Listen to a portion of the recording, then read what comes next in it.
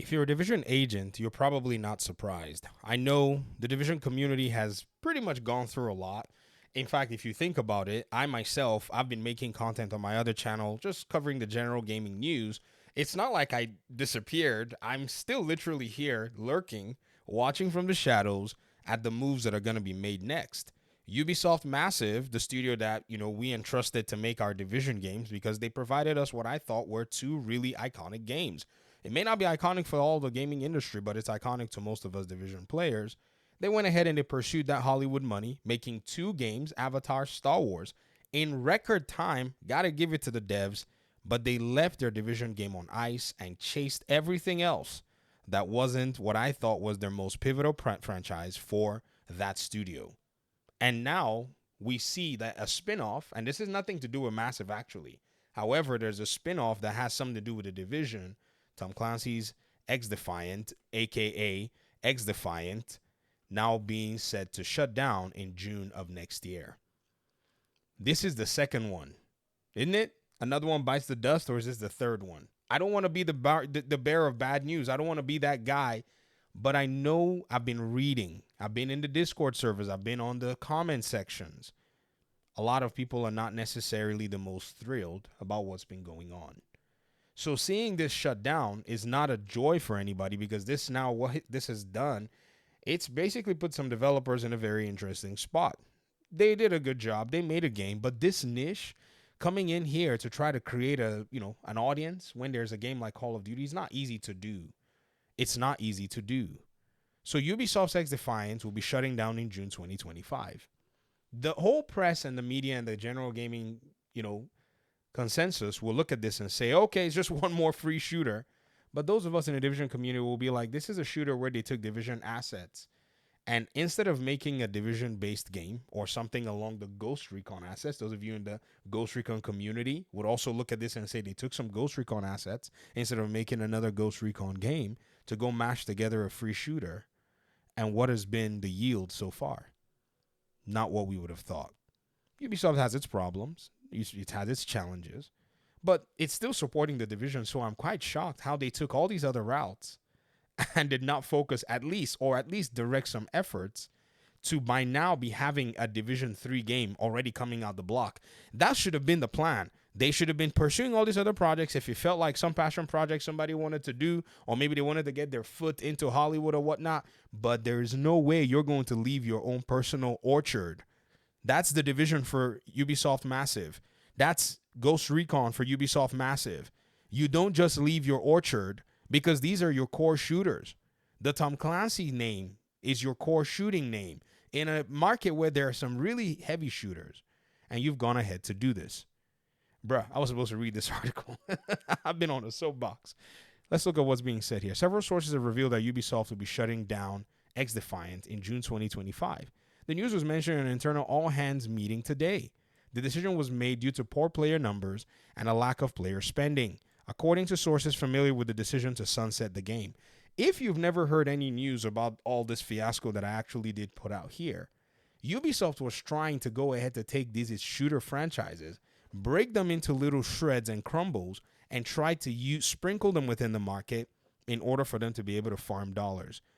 I'm sure internally they said to themselves, we're going to make a certain number of live service games. I said 12 for a reason. Those of you who know, Sony and PlayStation are in the same place.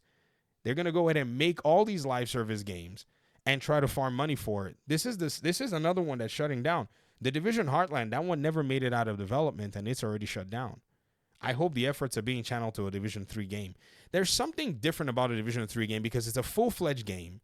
Then the live service element is tacked on at different points of the player's progression. That's what makes it unique. There's no other form. I mean, this is not rocket science, folks. It's a game where you can immediately reach level 4, level 5, jump straight into the dark zone, engage in PvP, engage in all kinds of other stuff. And then some stuff is relegated to when you complete the story and the mission. And then you can go and full on, injure yourself in the DZ.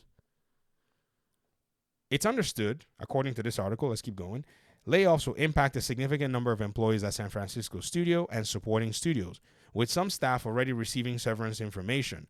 Another wave of layoffs will happen in February, with Ubisoft San Francisco and Osaka closing its doors.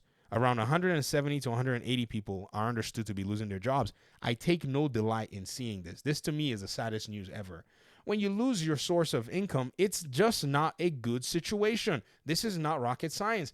Why are decision makers hell bent on not shielding nor protecting their talent?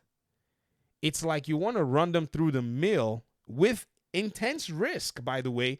Y'all knew this was risky. There was no market data. There was no market favorability that said you were going to crack the top 15. Yet, you jumped right in. Ladies and gentlemen, let me show y'all some data. Because again, when I say this stuff, right, y'all are going to say, what data am I talking about? Because of this is the stuff I've been doing on the, Video Game Festival channel. I may cross-post this video, by the way. So if you're watching, going, but I'm on the Video Game Festival channel. It's because I cross-post it on my other channel because it's relevant to that community and that audience and that content. Matt Piscatella is a gentleman who is the executive director at Circana for video games. He's been posting for the past few months the top played games based on player, activity on all platforms. Look at all of these games that are here, ladies and gentlemen. In order to crack this, you would have to be phenomenal to crack it. And you would have to come with a unique value proposition. And Ubisoft already knew that there were juggernauts here. Instead of pivoting to the division, which had its uniqueness to it, and was only fighting in a small niche, a small circle of a scaled down, not even MOBA, that only Destiny 2 could be its proxy competitor, and crack this list with ease on PC especially, because PC is a different behavior. Look at PC players playing Helldivers 2 at the number 3, and console players on PlayStation not even bothering with it. So this data was available, and somebody still went ahead and commissioned this game. This is wild. This data was available, and somebody went ahead and commissioned The Division Heartland. This is where I get a little frustrated. You can't blame me. I'm just looking at what everybody else is seeing from outside. And when we finally look and say, okay, Ubisoft, y'all, are you guys going to act? They do something entirely way out of whack. I'm just thinking to myself, really? Really? Ghost Recon? They could have tacked on a Ghost Recon game, cracked a segment of the market that had that hoorah, Spec Ops going for them. And it could have been done.